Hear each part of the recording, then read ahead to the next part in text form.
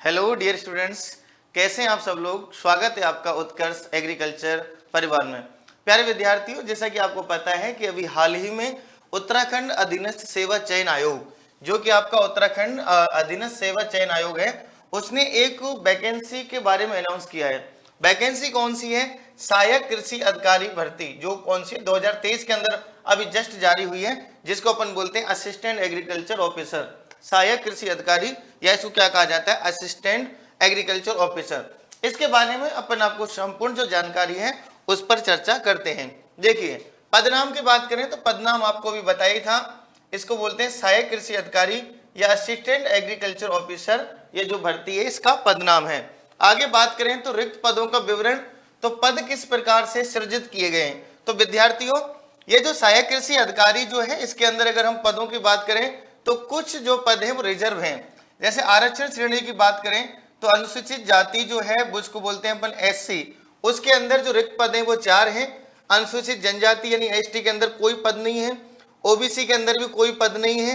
EWS के अंदर 3 post जो है उनको यहाँ रखा गया है। और जनरल की बात करें तो यहाँ पर कितना है, जनरल में 27 पद हैं। अगर बात करें अनरिजर्व यानी कि जनरल, तो कितनी पोस्ट है, 27। अगर महिलाओं के आरक्षण की बात करें तो एससी महिलाओं के लिए 2 सीट रिजर्व है, और ईडब्ल्यूएस महिलाओं के लिए 1 सीट रिजर्व है, और सामान्य महिलाओं के लिए कितनी सीट डियर स्टूडेंट्स, जो है 7 सीट हैं वो रिजर्व है। आगे बात करें तो भूतपूर्व सैनिकों के लिए 1 सीट को रिजर्व किया गया है, और अनाथ जो है, अनाथ बच्चों के लिए भी कितना, 1 सीट को रिजर्व किया गया है। आगे बात करें तो जो दिव्यांग कैटेगरी के बच्चे हैं उनकी भी यहाँ पर कितनी है, 1 सीट है ना। जो निःशक्त जन है या दिव्यांग है, फिजिकल जो हैंडीकैप होते हैं, उनके लिए भी कितनी सीट है, 1 सीट है ना। और अदर की बात करें तो अदर में यहाँ पर 2 सीटों को रखा गया है, किसके अंदर, एससी के अंदर, और उसके बाद में 2 सीटों को रखा गया है, आगे जो है रिजर्व की गई है। ठीक है, तो कुल मिलाकर जो सीट है वो यहाँ पर अपनी सीटें जो टोटल है वो कितनी है, 34 सीटें, 34 सीटों को यहाँ पर अनाउंस किया गया है। देख लीजिए, अगर हम बात करें आरक्षण श्रेणी की तो 4 एससी के लिए हैं, 3 ईडब्ल्यूएस के लिए और 27 किसके लिए, जनरल के लिए। महिलाओं के लिए एससी महिलाओं के लिए 2 सीटें हैं, और ईडब्ल्यूएस महिलाओं के लिए 1 सीट है, और जनरल महिलाओं के लिए 7 सीटें हैं। 1 सीट को रिजर्व किया गया है एक्स सर्विसमैन के लिए, अनाथ बच्चों के लिए 1 सीट को रिजर्व किया गया है, और निःशक्त जन के लिए भी 1 सीट को रिजर्व किया गया है। चलिए आगे अगर हम इसको देखें तो शैक्षणिक योग्यता की बात करें कि एजुकेशन जो क्वालिफिकेशन है वो क्या होनी चाहिए। तो डियर स्टूडेंट्स, यहाँ पर आपको भारत के किसी भी विश्वविद्यालय से आपको या मान्यता प्राप्त संस्था से कृषि में स्नातकोत्तर यानी कि इसको बोलते हैं पोस्ट ग्रेजुएशन, आपको कम से कम एमएससी होनी चाहिए। क्या होना चाहिए, एमएससी एग्रीकल्चर तो कम से कम आपको होना चाहिए। तो एमएससी का मतलब होता है, यहाँ पर दिया गया है, जो कौन सा दिया गया है डियर स्टूडेंट्स, जिसको बोला गया है स्नातकोत्तर, है ना। अब देखिए, अगर हम और बात करें रिजर्वेशन की तो कौन कौन सी है, प्रादेशिक सेना में 2 वर्ष की अवधि तक सेवा की हो, या राष्ट्रीय क्रेडिट कोर का बी अथवा सी प्रमाण पत्र प्राप्त किया हो, है ना। उसके बाद में देखो, वेतन की बात करें तो 44,900 से 1,42,400 यानी लेवल 7 की वैकेंसी है। अगर बात करें तो ये कौन सी लेवल की वैकेंसी है, लेवल 7 की वैकेंसी है ना। तो इसके बाद में आयु सीमा की बात करें तो कम से कम जो आयु है ना, वो आयु 21 वर्ष होनी चाहिए, और अधिकतम अगर हम आयु की बात करें तो कितनी होनी चाहिए, 42 वर्ष होनी चाहिए ना। पद का जो स्वरूप है वो अराजपत्रित है, यानी कि इसको बोलते हैं नॉन गजेटेड पोस्ट है। कौन सी पोस्ट है, नॉन गजेटेड पोस्ट है। इसको बात को भी आपको याद रख लेना है, ठीक है। पेंशन इसमें मिलेगी आपको, कोई बड़ी बात नहीं है, ठीक है। आगे बात करें तो आवेदन हेतु पात्रताएं कौन कौन सी हैं। तो देखो, आवेदन हेतु पात्रताएं की बात करें तो उत्तराखंड लोक सेवा आयोग की परिधि के बाहर समूह ग के सीधी भर्ती के पदों पर भर्ती हेतु निम्नलिखित अनिवार्य या वांछनीय जो चीजें हैं वो आपको याद रखनी है। पहली बात, अभ्यर्थी का उत्तराखंड राज्य में स्थित किसी सेवायोजन कार्यालय में आवेदन पत्र प्राप्ति की अंतिम तिथि तक पंजीकरण हुआ हो, यानी कि आपको लास्ट तारीख तक है इसमें पंजीकरण कर देना है। दूसरी बात जो है कि अभ्यर्थी उत्तराखंड राज्य का स्थायी निवासी प्रमाण पत्र धारक हो। यह बात याद रखनी है, कंफ्यूज नहीं होना।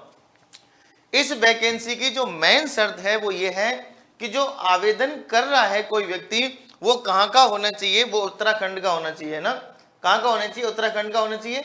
उत्तराखंड का बाहर का कोई बच्चा इसमें अप्लाई नहीं कर सकता है। और आगे अगर हम बात करें तो अभ्यर्थी के से उत्तराखंड यानी कि राज्य का स्थायी निवास प्रमाण पत्र हो, यानी कि आपको कह रहे हैं कि भाई जो उत्तराखंड है ना वहां का आपको स्थायी निवास प्रमाण पत्र होना चाहिए ना, और अगर वो नहीं है तो अभ्यर्थी द्वारा अपनी हाई स्कूल या इंटरमीडिएट अथवा इसके समकक्ष स्तर की शिक्षा उत्तराखंड राज्य में स्थित मान्यता प्राप्त संस्थाओं से उत्तीर्ण की हो। देखो, यदि आपके पास वहां का जो मूल निवास है या डोमिकल सर्टिफिकेट है वो नहीं है, तो आपकी जो पढ़ाई है कौन सी हाई स्कूल और इंटरमीडिएट या इसके समकक्ष जो भी पढ़ाई है वो कम से कम कहां से हुई हो, उत्तराखंड से हुई हो। आगे अगर हम बात करें तो और जो चीजें हैं वो आपको दे रखी हैं, जो जिन चीजों पे आपको याद रखना है कि ये एक तरीके से कह सकते हैं कि विज्ञापन करने के लिए कौन कौन सी शर्तें हैं उनको भी इसमें बताया गया है। उसके बाद में जो चीजें हैं कि भाई उत्तराखंड राज्य का सेवाओं में अन्य सेवाओं में कार्यरत है, अपने विभाग से सेवा योजन या कार्यालय में पंजीकरण हेतु अनापत्ति प्रमाण पत्र, यदि वो कहीं गवर्नमेंट नौकरी कर रहा है उत्तराखंड का व्यक्ति तो फिर उसको अपने विभाग से अनापत्ति का मतलब है कि उसको नोटिस लेना पड़ेगा कि हम अप्लाई कर रहे हैं उस पोस्ट के अंदर। तो ऐसी भी जो चीजें हैं वो इसके अंदर दी गई हैं। और आगे अगर हम बात करें नेक्स्ट चीजों की, तो ये सभी जो डिटेल हैं वो फॉर्म भरने से संबंधित है कि अगर आप सैनिक हैं तो आपके पास में वो एक तरीके से सैनिकों का क्या होता है कि जो एक तरीके से उनको जो दिया जाता है प्रमाण पत्र सैनिकों का, वो अगर है तो आप इसके अंदर क्या करते हैं, अप्लाई कर सकते हैं। उसके बाद में एक चीज जो आपको याद रखनी वो ये है कि रिक्तियों की संख्या बढ़ाई या घटाई जा सकती है तथा अभ्यर्थी आवेदन पत्र भरने से पूर्व विज्ञप्ति के अंत में दिए गए निर्देशों को भली भांति पढ़ लें। विज्ञप्ति को कम या ज्यादा किया जा सकता है, तो ये बात जो है उस बोर्ड के पास में ये अधिकार इसका पूरा है। और अगर बात करें तो परीक्षा के निर्देश, तो निर्देशों में बात करें तो विज्ञापन प्रकाशन की तिथि 3 अक्टूबर है, ये आपको बता दिया गया है। ऑनलाइन आवेदन की बात करें तो ये 5 अक्टूबर 2023 है। ऑनलाइन आवेदन की अंतिम तिथि की बात करें तो अंतिम तिथि कितनी है, तो ये है 5 नवंबर 2023। ऑनलाइन आवेदन में संशोधन अगर आपको करना है तो आप ये 9/11/2023 से लेकर के 16/11/2023 तक कर सकते हैं। और लिखित परीक्षा की जो अनुमानित तिथि है वो है नवंबर 2023, यानी कि लिखित परीक्षा की जो अनुमानित तिथि है वो कौन सी है, नवंबर 2023। चलिए आगे अगर हम बात करें सिलेबस की, तो टोटल यहाँ पर 100 क्वेश्चंस आएंगे और मार्क्स भी कितने होंगे, 100 होंगे। और नेगेटिव मार्क्स की बात करें तो नेगेटिव मार्क्स यहाँ पर कितने होंगे, 1/4 को काटा जाएगा। आगे बात करें हम तो इसमें सिलेबस की बात करें हम तो एग्रोनॉमी के अंदर आपको देख रखा है कि important and scope of agronomy, classification of crops, general principle of crop production, climates, यानी कि जो अपना बीएससी लेवल का जो या एमएससी लेवल का सिलेबस है वो इसके अंदर दिया गया है। फर्टिलाइजर है, क्रॉप्स दे रखी हैं आपको सारे के सारे इसके अंदर। तो फर्टिलाइजर के बाद में क्या दे रखा है, क्रॉप्स दे रखा है, इनको भी आपको देखना है, सारी जो क्रॉप्स है इसके अंदर दे रखी है।